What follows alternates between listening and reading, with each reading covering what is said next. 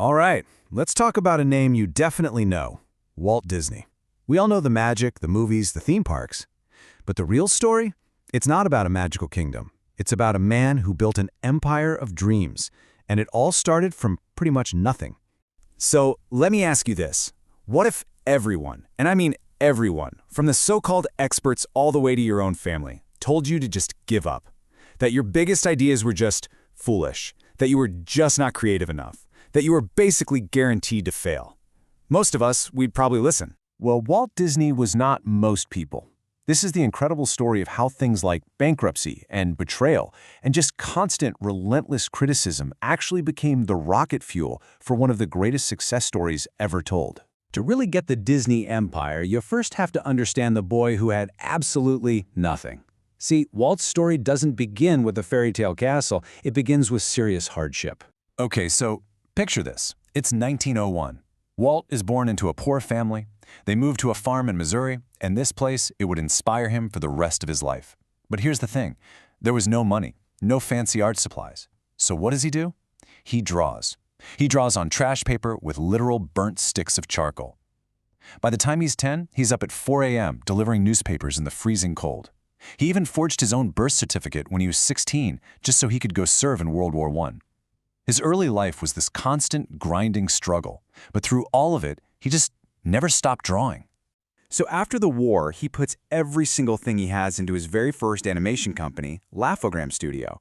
And the cartoons, they were actually pretty popular. But Walt, he was all about the art, not the business side.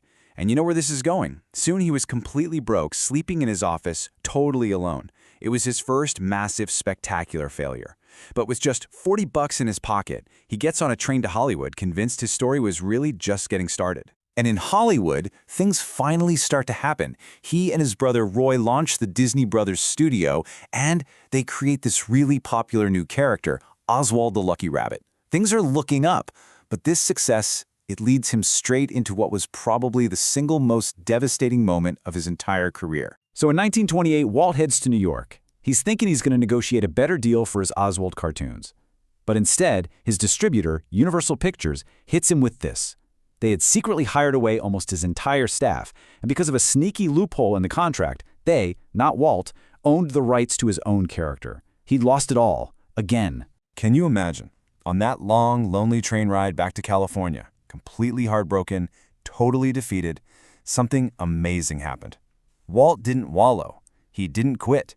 He actually pulls out a notepad and starts sketching.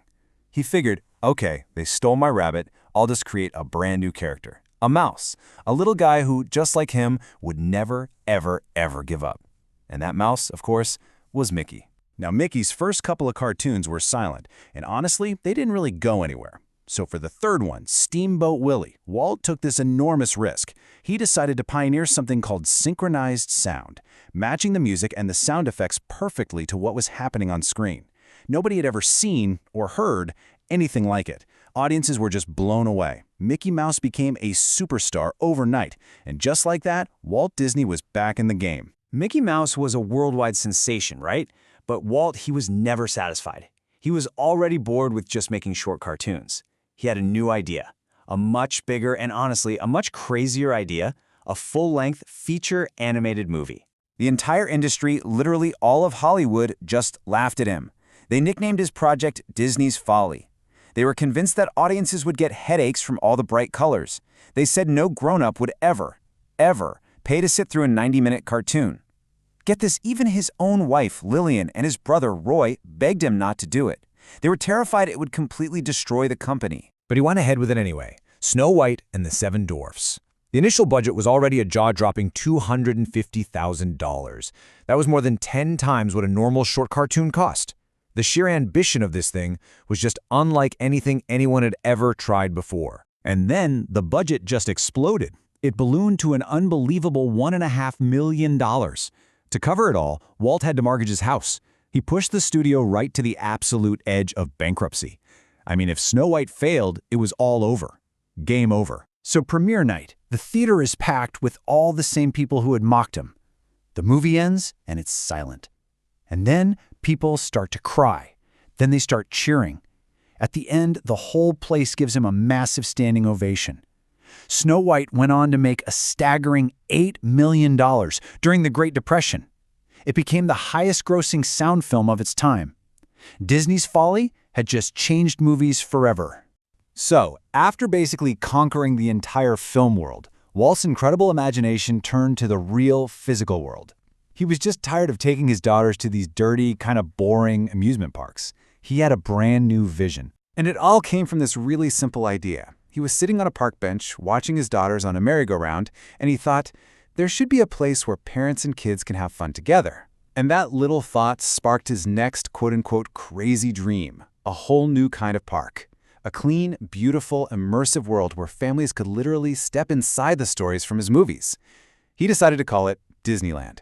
And you guessed it, just like with Snow White, this was a massive, monumental gamble. The banks, they all said no. They refused to fund it. So he sold his own life insurance policy and cut this revolutionary deal with the ABC television network for funding. Construction was a total nightmare. They built the whole thing in just 1 year. And opening day, it was such a disaster they later called it Black Sunday.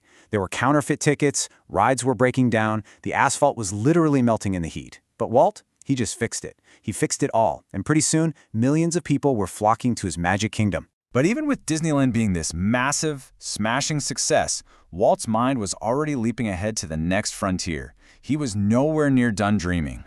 His final and probably most ambitious vision of all was something he called Epcot, the experimental prototype community of tomorrow.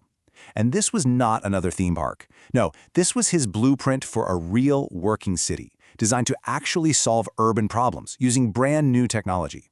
He wasn't just building attractions anymore. He was designing the future. Tragically, Walt died from lung cancer in 1966, before he could ever build his city of tomorrow. But the little company he started in a garage, it lived on. And it grew into a global empire worth over $180 billion today. An empire that owns Pixar, Marvel, Star Wars, National Geographic, that operates theme parks all over the world and touches millions of lives every single day. Look, the story of Walt Disney is the ultimate proof that you do not need a perfect start. The man faced poverty, he faced failure, he faced betrayal, but he used every single setback as a stepping stone. So the question his legacy really leaves for all of us is pretty simple.